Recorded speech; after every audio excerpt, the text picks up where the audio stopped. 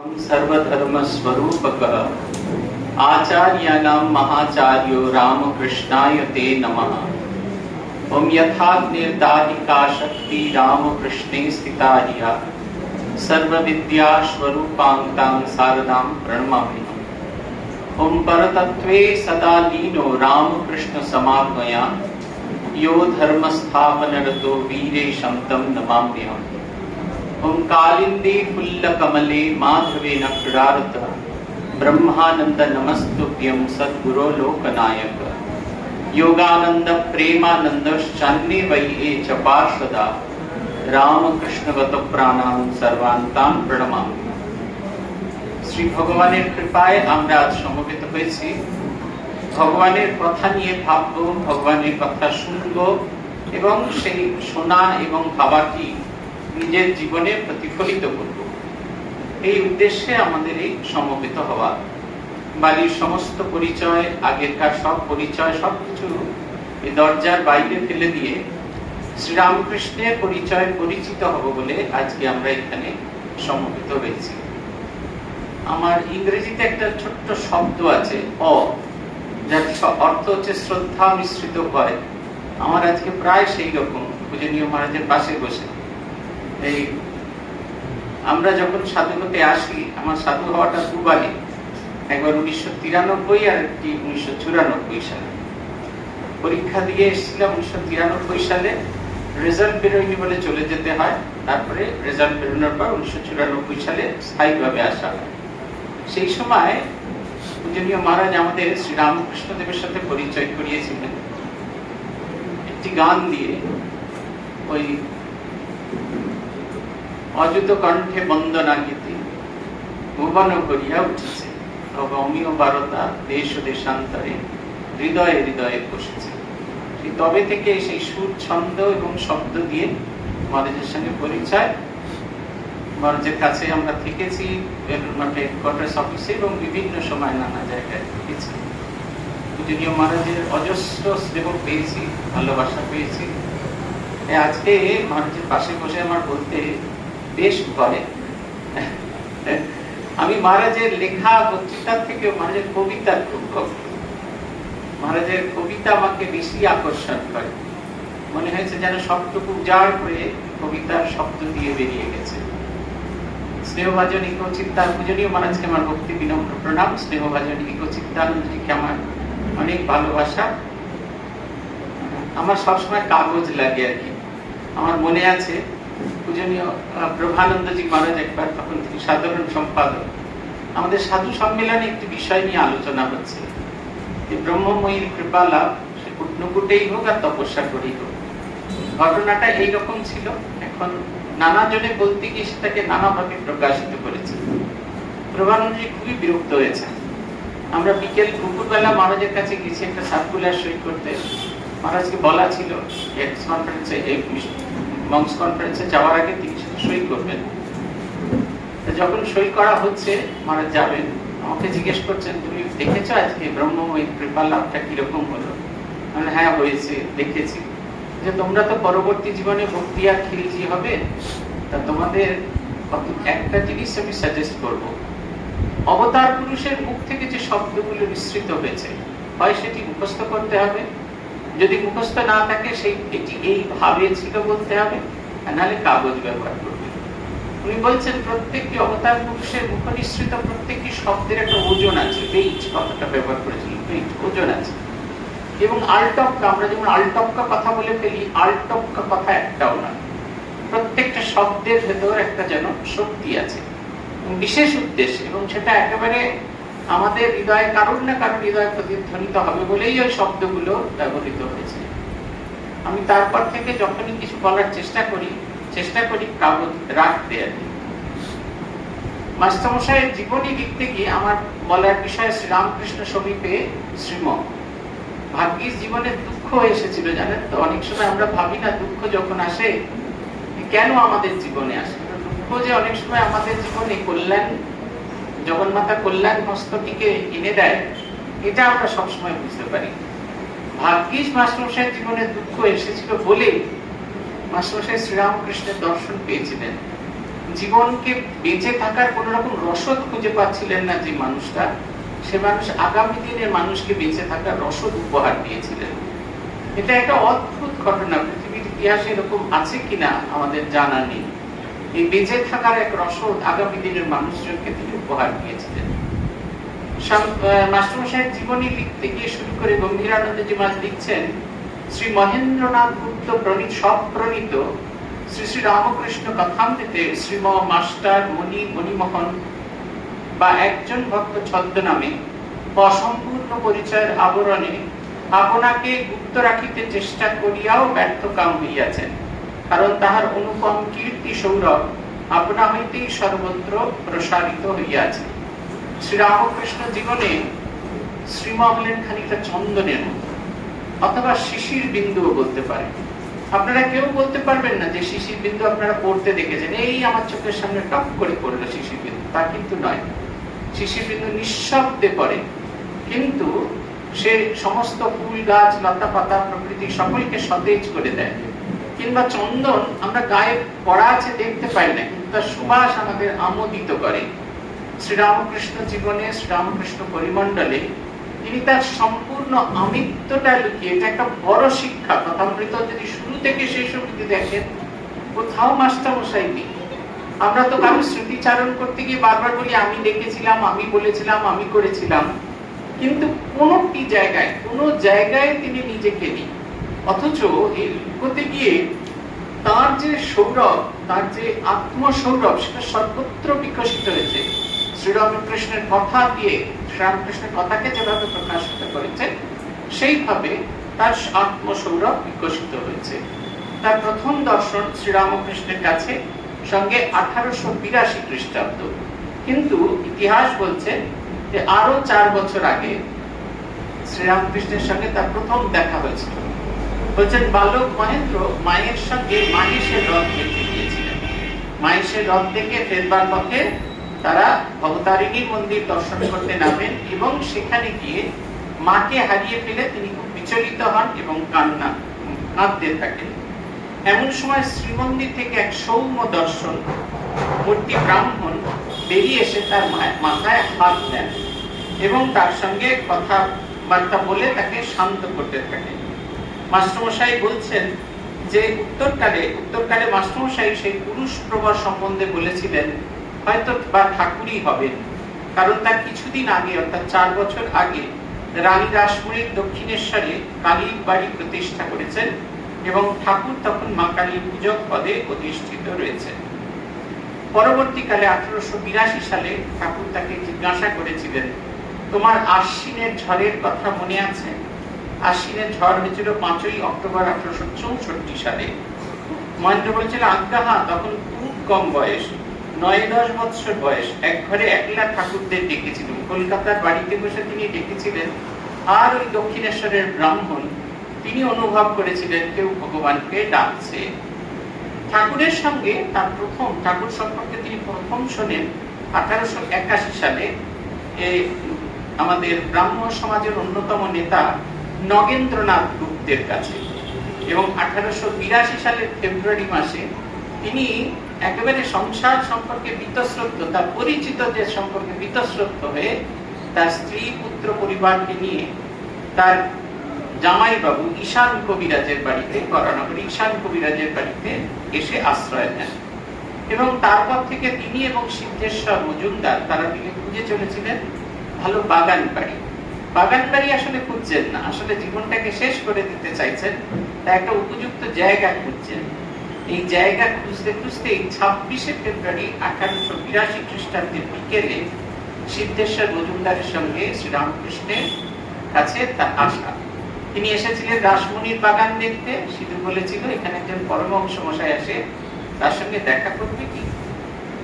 একটা অদ্ভুত সংযোগ ভাবুন, শ্রীরামকৃষ্ণ যখন এসেছেন তখনও সেটা বসন্তকাল, শীতের শেষে নতুন পাতা নতুন করে সব গজাচ্ছে, নবজীবনের স্পন্দন আমরা খুঁজে পাই। আর ইনিও যখন এসে পৌঁছলেন তখনও সেটা বসন্তকাল। তার জীবনের সেই শীতের সময়টা সেটা যেন অতিক্রান্ত হয়েছে, তার জীবনে যেন নববসন্তের আগমন হয়েছে। এমন একটা স্থিতিতে তিনি এসে উপস্থিত হয়েছেন। তার দেখে মনে হয়েছিল, কি সুন্দর কথাটা, প্রথম যে রিয়াকশনটা, তার মনে হয়েছিল সাক্ষাৎ সুখদেব ভাগবত কথা কহিতেছেন আর সর্বতীর্থের সমাবেশ হইয়াছে, অথবা যেন শ্রীচৈতন্য পুরী ক্ষেত্রে রামানন্দ স্বরূপাদি ভক্ত সঙ্গে বসিয়াছেন ও ভগবানের নাম গুণকীর্তন করিতেছেন। কখনো মনে হয়নি তিনি আড্ডা মারছেন, অথচ শ্রীরামকৃষ্ণের কথা বলার স্টাইল সেটা সম্পূর্ণই আড্ডার মধ্যে, এত সহজ সরল ভাবে কথামৃতের পাতায় পাতায় যদি খোঁজেন মনে হবে আমার আপনার সঙ্গেই কথা বলছেন। পূজ্যপাদ বিদ্যাসানন্দজি মহারাজ আমাদের বলতেন, কল্পনা করবে যে কথামৃত একটা ধ্যান চিত্র।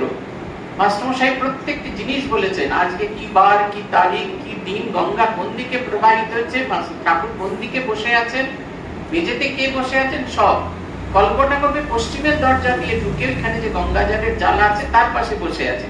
ধ্যান করার পর কথামৃত পড়তে শুরু করবে, মনে হবে আর কাউকে বলছেন না তিনি, শুধু তুমি আর ঠাকুর এই দুজনের রয়েছেন।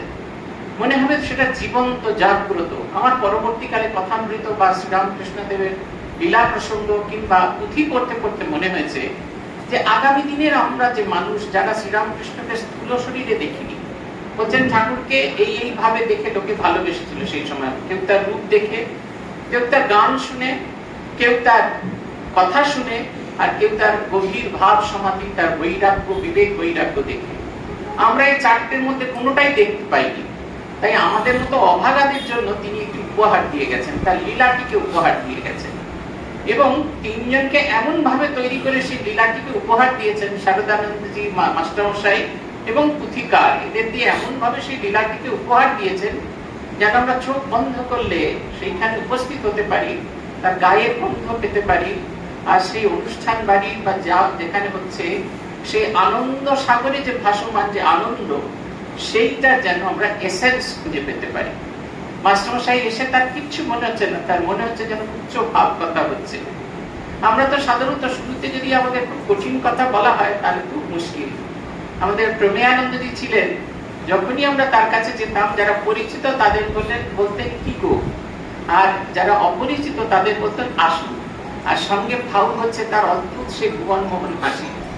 পরিচিত অপরিচিত যেই যেত তাদের মনে হতো তারা খুব আপনার জনের কাছে এসছে। শ্রীরামকৃষ্ণের কথা যখন ভাবি তখন মনে হয় তার বলার স্টাইলটা ঠিক এইরকম, এত সহজ, যেন আমাদের কতদিন ধরে চেনেন। রামচন্দ্র দত্তের হাত ধরে নিয়ে গিয়ে তার পাশে বসিয়ে নিলেন। যে রামচন্দ্র দত্ত কন্যাশোক বলবার জন্য এসেছেন, তিনি তাকে হাত ধরে নিয়ে এসে তার সঙ্গে জমিয়ে আড্ডা দিচ্ছেন, গল্প করছেন। সন্ধ্যা অতীত হয়ে গেছে, রাত্রি হয়েছে, রামচন্দ্রের মনে হচ্ছে সমস্ত মনটা তার পাদপদ্মে রেখে দিয়ে শরীরটাকে টেনে নিয়ে তিনি চলে যাচ্ছেন। এত ইজি, এত সহজ। আমরাও কোথায় এমনি করে মানুষজনের সঙ্গে এত সহজভাবে মিশি না। কি সুন্দর কথাটা বলছেন, যখন একবার হরি বা একবার রাম নাম করলে রোমাঞ্চ হয়, অশ্রুপাত হয়, তখন নিশ্চয় যেন যে সন্ধ্যাদি কর্ম আর করতে হবে না। তখন কর্মত্যাগের অধিকার হয়েছে, কর্ম আপনা আপনি ত্যাগ হয়ে যাচ্ছে। তখন কেবল রাম নাম কি হরি নাম কি শুদ্ধ ওঙ্কার জপ করলেই হবে। Easiest way. ভগবানকে ডাকতে গেলে এই আসন করতে হবে, এই আচমন করতে হবে, এই করতে হবে, এরকম কথাই যাচ্ছেন না, এর ধার দিয়েই যাচ্ছেন। আমার আপনার পক্ষে যেটা খুব সহজ সেই কথাটা আসছে। আমরা তখন কলেজে পড়ি, একজন ভদ্রমহিলা ভূতেশানী বাজকে বলছেন, মহারাজ পায়ে খুব ব্যথা, ডাক্তাররা বলছে পা মুড়ে বসে করা যাবে না। আমি জোর করে পা মুড়ে বসি, বড় যন্ত্রণা হয়। মহারাজ হেসে বলছেন, সুখাসনে জপ করতে বলা হয়েছে। যে আসনে বসে তোমার সুখ হয় তাতেই বসবে, পা ঝুলিয়ে বসলে যদি সুখ হয় তাতেই বসবে, পা মুড়ে বসলে যদি সুখ হয় তাতেই বসবে। আসল কথা হচ্ছে জপ করা। দেখুন, আসল কথা হচ্ছে ভগবানের সঙ্গে সংযুক্ত হওয়া। সেটা আমি কিভাবে করব সেটা কথা। কিন্তু আমি ভাবছি যে আমার এই হয়ে গেল, আর সঙ্গে সঙ্গে ভগবানের কাছে এসেছি মানে আমার সব কর্ম ত্যাগ হয়ে যাবে, তা কিন্তু নয়। এটা একটা টাইম বাউন্ড প্রসেস, ধীরে ধীরে ধীরে ধীরে এগোতে হবে। আমার চাওয়া মাত্র, অনেক সময় আমাদের মনে হয় যে এই দীক্ষা নিলাম, ভগবানের কাছে আসছি, মিশনে আসছি, আর সংসারের প্রতি আমাদের কোনো কর্তব্য নেই। আমাদের অনেক সময় ভক্তরা অন্য কোনো ভাবে নেবেন না, খানিকটা ক্যালাসের মতো আচরণ করে ফেলি। এটা কিন্তু কথা নয়, এটা কিন্তু নয়। শ্রীরামকৃষ্ণকে দেখুন, অমন যে লোক, মুহুর্মুহু যার সমাধি হচ্ছেন, তিনিও খোঁজ করছেন মাকে, রাত্রিরে কটা রুটি খায়, কত টাকা হলে চলে যায়, গয়না আছে, বাক্সেতে গয়না গড়িয়ে দিতে হবে। সেই সীতা দেবী শুধু দর্শনই করেননি, হাতে ডায়মন্ড কাট বালাটাও দেখেছেন, সেটা মনে রেখেছেন ডিজাইনটা, আবার কিন্নিকে ওটা করিয়ে দিলে ভালো লাগবে এবং তার ভালো লাগবে, অতিরিক্ত যে টাকা সেটা তার হাতে দিয়ে দেওয়া হচ্ছে। এই দেখুন, এই যে এত প্র্যাকটিক্যাল বাস্তব ভূমিতে দাঁড়িয়ে তিনি আমাদেরকে দেখাচ্ছেন কেমন করে মন প্রাণ অন্তরাত্মা ঈশ্বরকে দিতে হয়। মাস্টারমশাই মনে হচ্ছে, আহা কি সুন্দর স্থান, কি সুন্দর কথা, কি সুন্দর মানুষ, এখান থেকে আর নড়তে ইচ্ছা করছে না। এটা হচ্ছে সবচেয়ে আকর্ষণীয় জিনিস। এটা দেখবেন আপনাদেরও হয়। বেলুন মঠে প্ল্যান করে গেছেন যে ঠাকুরের মন্দিরে ওই 7-8 মিনিট ওই পোক করে ঘুরে একবার পরিক্রমা করে 7-8 মিনিটের মধ্যে নেবেই মঠ অফিস থেকে প্রসাদের কুপনটা নিতে হবে, তারপরে ম্যারাথন রেস শুরু করতে হবে। পুরনো মন্দির, স্বামীজির ঘর, রাজামাঝি মন্দির, মায়ের মন্দির, স্বামীজির মন্দিরে প্রেসিডেন্ট মাঝকে প্রণাম করে আবার ফিরে এসে প্রসাদ গ্রহণ করা, একবারে একদম ছকে বাঁধা প্রোগ্রাম। ঠাকুরের সামনে গিয়ে দাঁড়িয়েছেন, আপনার ওই সমস্ত ছক ভেঙে গেছে। অপূর্ব সেই হাসি, অদ্ভুত সে হাসি। একবার মাঝের কাঁচ থেকে দেখছেন, এরা বলছেন এগিয়ে চলুন, আপনি এগিয়ে গিয়ে পাশের কাঁচটা গেলেন। এরা বলছে এগিয়ে চলুন, বাইরে গিয়ে গ্রিলের বাইরে থেকে দেখছেন। এরা বলছে এগিয়ে চলুন, পেছন থেকে ঘুরে এসে আবার ওই গ্রিলের ফাঁক দিয়ে দেখছেন। আবার ওরা বলছে এগিয়ে চলুন, আবার সেই সামনের কাঁচে এসছেন, আর বারবার দেখছেন, বারবার দেখছেন। অদ্ভুত তার দৃষ্টি, অদ্ভুত তার হাসি। এইরকম হাসতে আমি বাপের জন্মে কাউকে দেখি। আমরা কত চেষ্টা করেছি নকল করতে। মোবাইল ফোনের, আমি তো বলি আত্মস্থানন্দে যখন প্রেসিডেন্ট হলেন, প্রেসিডেন্ট হওয়ার পর প্রথম যে ঠাকুরের জন্মতিথি, সেদিন মহারাজ প্রণাম করতে এসছেন। মহারাজ খুব মালা পড়তে ভালোবাসেন, মহারাজ লম্বা জুই ফুলের মালা পরিয়ে দেওয়া হয়েছে। মহারাজ মন্দির থেকে বেরিয়েছেন, সবাই মহারাজ মহারাজ করছেন। মহারাজ একবারে ভাবস্থ অবস্থায় হাত দুটিকে এরকম করে লাঠিটাকে ধরে এরকম করে তুলেছেন। সে যে কি অদ্ভুত হাসি, ওরকম $1,000,000 স্মাইল আমি কাউকে দিতে দেখিনি। সে ছবি আমার কাছে আছে, আমি বারবার করে জুম করে দেখার চেষ্টা করি, আর আয়নাতে সেই রকম ভাবে হাসার চেষ্টা করি। ও হাসি হয় না। শ্রীরামকৃষ্ণের অদ্ভুত হাসি, সমস্ত দুঃখ ভুলিয়ে দেয়, সমস্ত বেদনা ভুলিয়ে দেয়, জীবনের যে কোনো কষ্ট আছে সেটা সম্পূর্ণভাবে ভুলিয়ে দেয়। তাও মাস্টার মশাইয়ের মনে হলে ঘুরে আসে। তিনি ঘুরে এসেছেন, এসে যেটা তাকে সবচেয়ে বেশি স্ট্রাইক করলো সেটা হচ্ছে অবতারের আরেকটি দিক। এটা পরবর্তীকালে মাস্টার মশাই তার বিভিন্ন জায়গায় লিখেছেন। বৃন্দেজির সঙ্গে দেখা হলো, লেখাপড়ায় পক্ষর গোমাংস। ঘরের দরজা বন্ধ, তিনি ভাবছেন অন্য লোকেদের মতো বোধহয় সন্ধ্যা টন্ধ্যা করছেন। তিনি বলছেন যে ভেতরে, বৃন্দেজি বলছেন যাও না বাবা, যাও, তোমাদের ভেতরে যাও। তখন ইনি একটু একটু খোঁজ খবর করছেন, বলছেন ইনি কি খুব শাস্ত্র টাস্ত্র পড়ে?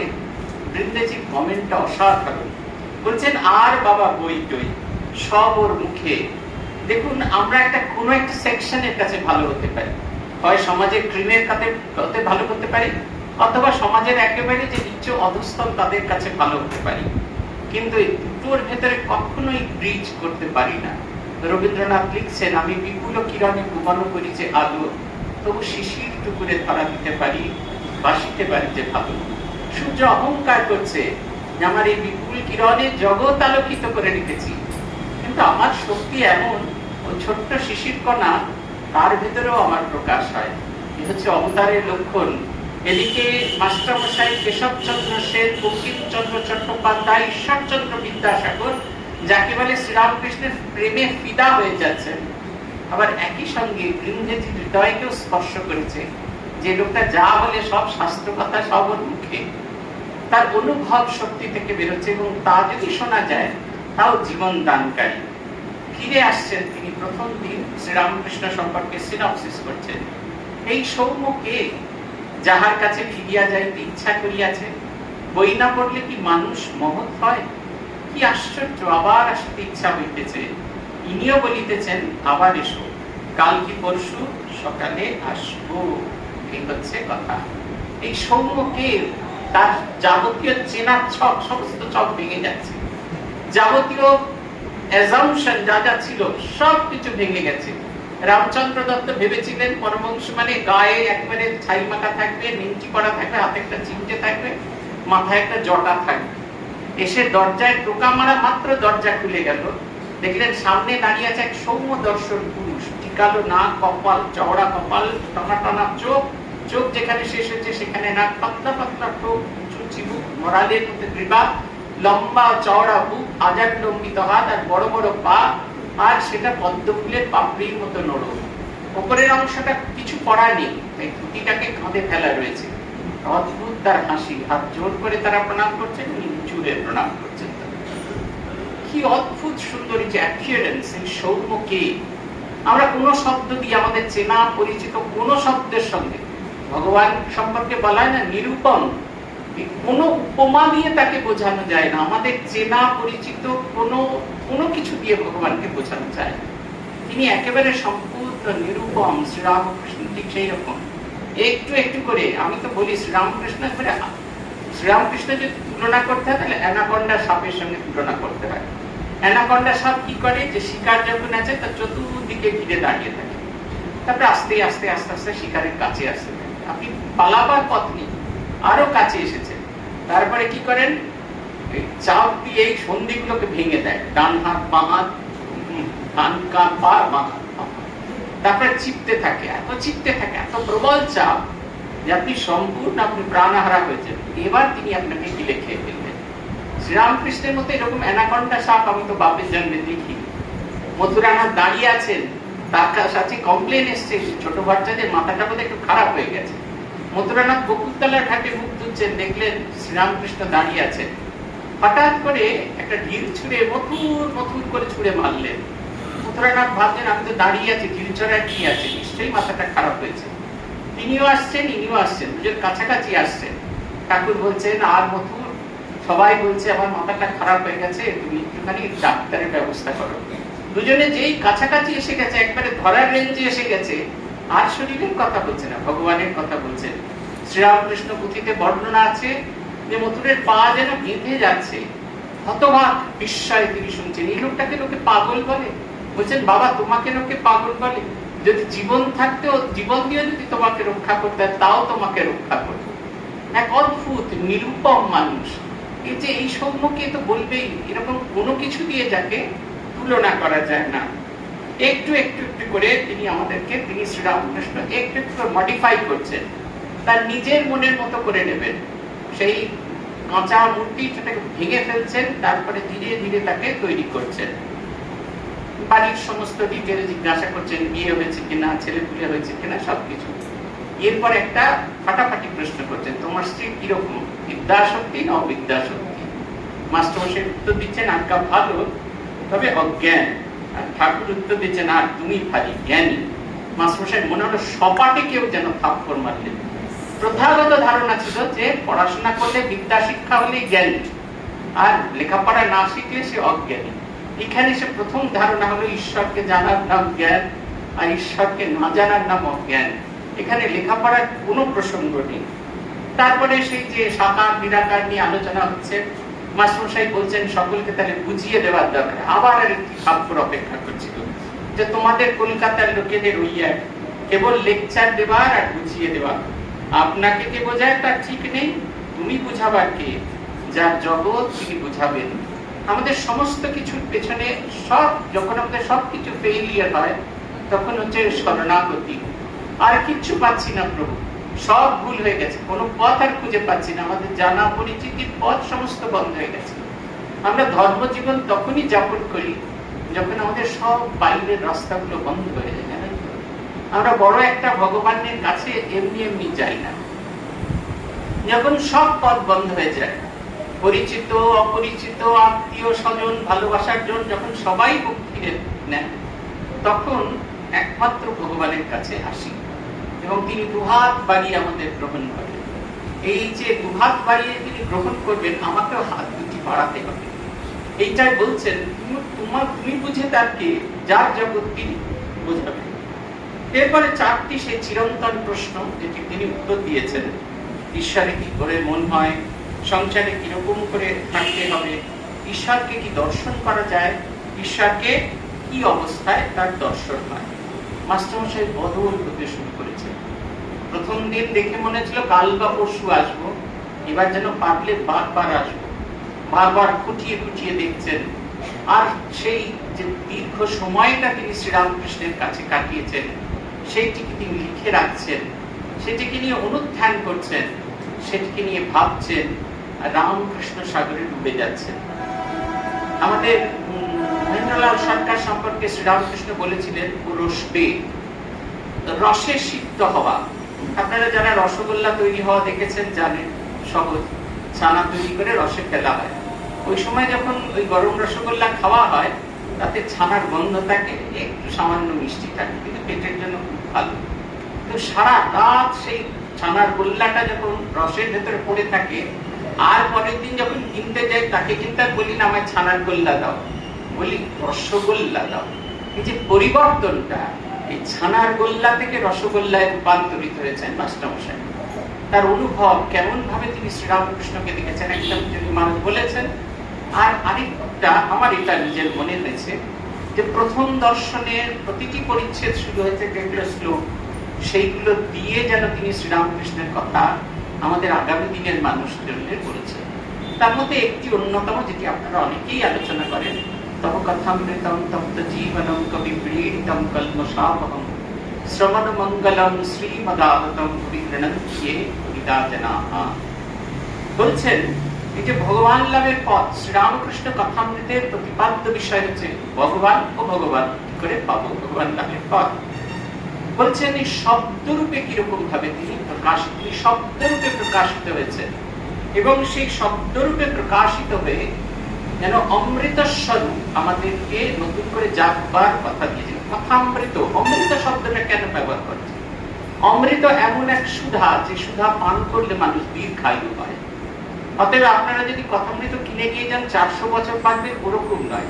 আসলে আমরা রোজ মারা যাই, জানেন তো। এই অপমান করছে, এই দুঃখ দিচ্ছে, এই বেদনা দিচ্ছে, এই কষ্ট দিচ্ছে, এটা হচ্ছে না, সেটা হচ্ছে না। এই রোজ মৃতবৎ অবস্থা থেকে উঠে যাবনার গল্প হচ্ছে কথামৃত। প্রতি মুহূর্তে তার প্রতিটি পাতা, প্রতিটি শব্দ প্রেরণাদায়ী। কোথাও একদিকে কোথাও কোনো কম প্রেরণা নেই। অনেকে আমাদের জিজ্ঞেস করেন বুদ্ধিশান্তিকে যে দেখলেন, কি দেখলেন, কি মনে হয়েছিল? আমার এই 4টি কথা মনে হয়। জ্ঞান, বৈরাগ্য, জ্ঞান ভক্তি বিবেক বৈরাগ্যের একটা মূর্তিমান বিগ্রহ, কভার্ড উইথ একটা মাদারলি ক্লোক, মাতৃবৎ একটা যেন আবরণের আবৃত। যারা এই বাইরের ক্লোকটা দেখে পালিয়ে যেত তারা মারা যে শুধু সুধাটা, ওই মাতৃ সুধাটা পেত। যখনই ভেতরে ঢোকা যেত তখনই দেখা যেত জ্ঞান বৈরাগ্য বিবেক। আমাকে বলছেন, আমি বলছি মহারাজ একটু উঠে বসুন, প্রণাম করব। বলছেন আরে শ্রাদ্ধের সন্ন্যাসের আগের দিন শ্রাদ্ধ করেছি, অতএব এটা ডেড বডি, আমি খালি ক্যারি করে নিয়ে চলেছি, তুমি প্রণাম করো, তাতে কিছু অসুবিধা নেই। আমি তখন সত্য এসেছি। আমি এখনো ভাবি এই যে শ্রীরামকৃষ্ণের মিনিয়েচার ফর্ম, এই শ্রীরামকৃষ্ণের শব্দ, ভূতেশান্তি মহারাজের কাছে গেলে এই যে শব্দ কথা কি করে অমৃত স্বরূপ হয়, কেমন করে বেঁচে থাকার প্রেরণা হয়, আমরা যেমন শ্রীরামকৃষ্ণের মধ্যে দেখি, তার মিনিয়েচার ফর্মদের ক্ষেত্রে দেখেছি। এই অমৃত স্বরূপ শব্দ যেন অমৃত ক্ষরণ হচ্ছে, প্রতি মুহূর্তে যেন অমৃত ক্ষরণ হচ্ছে। তবে কথামৃতম কাদের জন্য? যারা জীবনে ভীষণ ভাবে তৃষিত, তপ্ত হয়ে আছে, জীবনে তারা কোনো পথ খুঁজে পাচ্ছে না, আগুন জ্বলছে যাদের জন্য। বলছেন এগুলো কেমন না, কবি ভিড়িতম, জ্ঞানীদের দ্বারা প্রশংসিত। আমাদের তো স্বীকৃতি না পেলে কোনো জিনিসের দাম থাকে না, জ্ঞানীদের দ্বারা এটি প্রশংসিত। কবি ভিড়িতম কল্মষাপহম, শ্রীরামকৃষ্ণ কথামৃত পড়লে মনের মলিনতা কেটে যায়। মহারাজকে আমরা জিজ্ঞাসা করেছিলাম, প্রথমবার কথামৃত পড়েছিলাম তার একরকম অর্থ, এখন আবার করে কথামৃত পড়ছি তার আরেক রকম অর্থ হচ্ছে। মহারাজ বলেছিলেন মন যত শুদ্ধ হবে কথামৃত তেমনি নতুন অর্থ বহন করে নিয়ে আসবে। এই কথামৃত প্রতিদিন আপনাকে শুদ্ধ করছে। বলছেন এই মলিনতা রহিত করে দেয়। এই আছে সুরেন্দ্রনাথ মিত্র, তিনি জীবনে ভীষণ কষ্ট পেয়েছেন। এত লেখাপড়া, এত বড় চাকরি করতেন, একবারে পড় মাতাল, বাড়ির লোকেরা খরচা তাদের ইয়েতে হচ্ছে না, বাজারে প্রচুর দেনা, তিনি আত্মহত্যা করবেন ঠিক করেছেন। এমনই এক ঘরে রামচন্দ্র দত্ত তাকে নিয়ে এলেন। কিন্তু জেদি লোক তো, বলছেন তোমার পরমহংস যদি এদিক ওদিক কিছু করে দুটি কান ভালো করে আচ্ছা করে মুলে দেবো। তিনি শ্রীরামকৃষ্ণকে প্রণাম করলেন না, একটি দিকে বসে আছেন। ঠাকুরও তাকে ইগনোর করছে। তিনি অবাক হয়ে যাচ্ছেন, বাংলা অফিসের এত বড় অফিসার, সবাই তাকে সুরেন মিত্র করে, তাকে সম্পূর্ণভাবে একটা লোক, একটা গেও ভূত সে ইগনোর করছে। বরং মরালির মতো গ্রীবা দুলিয়ে দুলিয়ে বলছে যে কেন যে লোকে বাঁদরের বাচ্চা হবার কথা ভাবে, বাঁদরের বাচ্চা কেন বিড়ালের বাচ্চা হবার কথা ভাবে। বাঁদরের ছাড় বিড়ালের ছাড় মধ্যে ফারাক আছে। বাঁদর ছাড় এমনি করে ধরলে মা ধরতেও পারে, নাও ধরতে পারে, কিন্তু বিড়াল ওসব কিচ্ছু করে না। বিড়ালের খালি মিউ করে, সে নির্ভর করে মা তাকে ঘাড়ে করে বাবুদের বিছানায় রাখুক, ঘরের ছাইয়ের গাদায় রাখুক, আর ভালো জায়গায় রাখুক, সবটাই তার কল্যাণকারী। কেন আমরা শরণাগতির ভাবটা নিই না? কেন আমরা শরণাগতির ভাব নিই না? সুরেন্দ্র মিত্রের মনে হতে থাকলে কথাটা আমার কথা বলছেন। আমি তো জীবন সংশয় অতিষ্ঠ হয়েছি। আমি কেন, যখন ঈশ্বর আমার জন্য ভাবছেন, আমি কেন অন্যরকম ভাবনা চিন্তা করব? একবারে বদল হয়ে গেল। আমরা পরবর্তীকালে তার জীবন দেখেছি। বলছেন শ্রবণ মঙ্গলকারী, কানে শুনলে মঙ্গল হয়। কানে শুনলে মঙ্গল হয়। দেখুন এই যে আমাদের কথা বলছেন, তুমি বুঝি ভারী জ্ঞানী। শব্দ, একটা শব্দ, একটা পিয়ার্স কানের ভেতর দিয়ে মরমে পশিল গো, আকুল করিল মোটরা, সই কিবা শোনাইল আশা। একেবারে ভেতরটাকে বদল করে দিচ্ছে। তার কারণ হচ্ছে এই শব্দগুলো শুধুমাত্র কানে শোনা হয় না, এটা আমাদের অন্তর দিয়ে অনুভব করতে বাধ্য করে। এবং যখন আমরা অন্তর দিয়ে অনুভব করি, আমাদের যে জীবন বৃত্তির সেটা বদল করে দেয়। শ্রীমৎ শব্দটার অর্থ হচ্ছে সৌন্দর্যপূর্ণ, খুব কবিত্বপূর্ণ, অপূর্বতার ভাষা। যারাই শ্রীরামকৃষ্ণ সম্পর্কে লিখেছেন প্রত্যেকের ভাষা খুব পোয়েটিক, মনে যেন কলম, তুলি কলম দিয়ে যেন ছবি আঁকছেন প্রত্যেকে। আর আমাদের শিবময়ানন্দজি বলতেন যে কথামৃত করে বুঝি না বুঝি, কথামৃত আমাদের কথা বলতে শিখিয়েছে। এই যে ভাব প্রকাশের মাধ্যম, এটা কিন্তু কথামৃত করে দিয়েছে। আমরা কিন্তু এভাবে আগে কথা বলতে শিখিনি।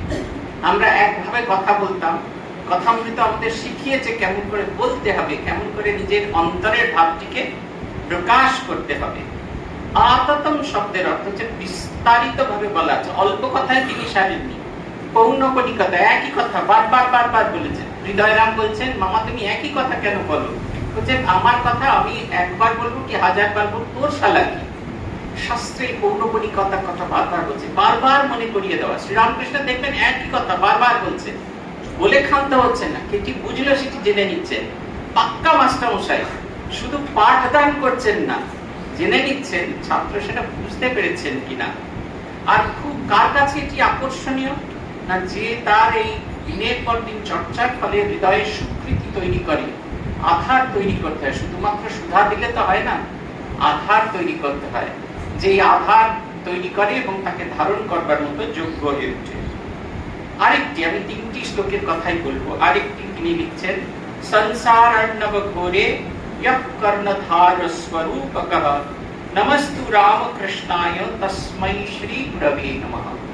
এই ভব সংসারে, ঘোর ভব সংসারের সংসার সমুদ্রে যদি আমার জীবন্তরীর যদি কেউ নাবিক চাই, যদি মাঝি চাই, তাহলে সেই শ্রীরামকৃষ্ণ, যিনি আমাকে অন্ধকার থেকে আলোর পথে নিয়ে যাবেন।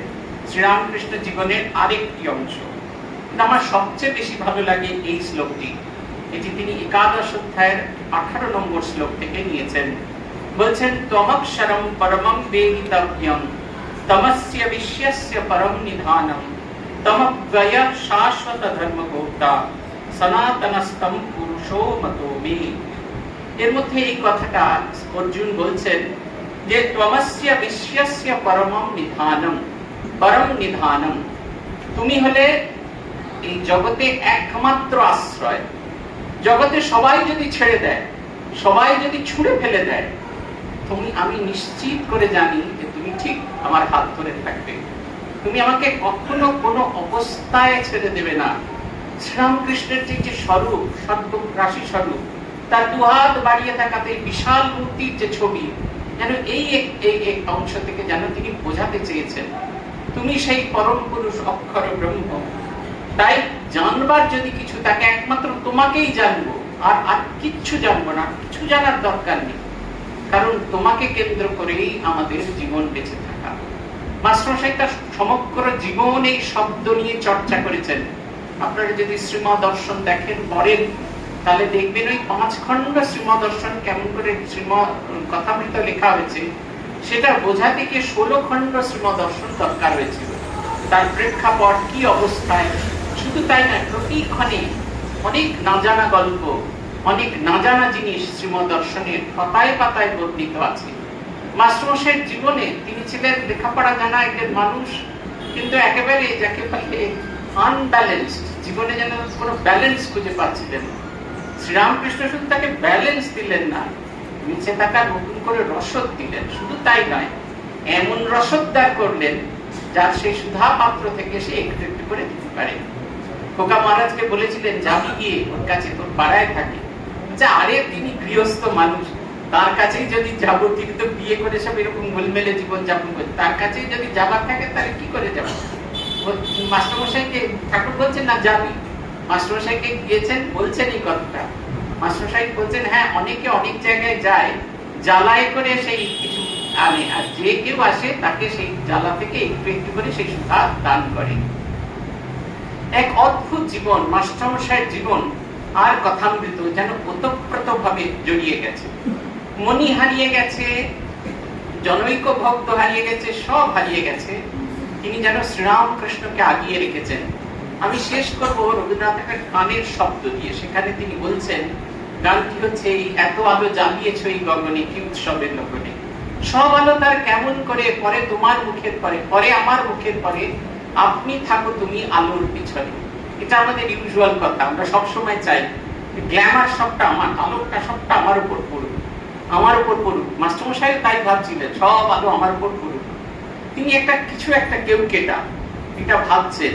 রবীন্দ্রনাথ লিখছেন, প্রেমকে যেদিন জ্বালি হৃদয় গগনে কি উৎসবের লগনে, সব আলো তার কেমন করে, পরে তোমার মুখের পরে, আপনি থাকি আমি আলোর পিছনে, এত আলো জ্বালিয়েছ এই গগনে কি উৎসবের। এই কথামৃত এবং মাস্টারমশাইয়ের জীবন আমাদের দেখায় কেমন করে ভালোবাসতে হয়, আর ভালোবাসার আলোটা জ্বাললে সেই আলোতে যাকে নিয়ে কেন্দ্র করে জীবন, তিনি আলোকিত হন। আমি হয়তো সেই আলোর অনেক পেছনে চলে যাই, কিন্তু তার আলোকেও আমি আলোকিত হতে থাকি, তার আলোকে আমি উজ্জ্বল হতে থাকি। কিন্তু তার সেই যে জ্যোতির্ময় সত্তাটি, এটা দেখে আর 5 জন যারা দেখছেন, তাদের ভেতরে ওই আলোটিকে যেন জাগানো যায়। আত্মস্থানন্দজি বলতেন, কাউকে বদল করার দরকার নেই, পারলে নিজেকে বদল করে ফেলি।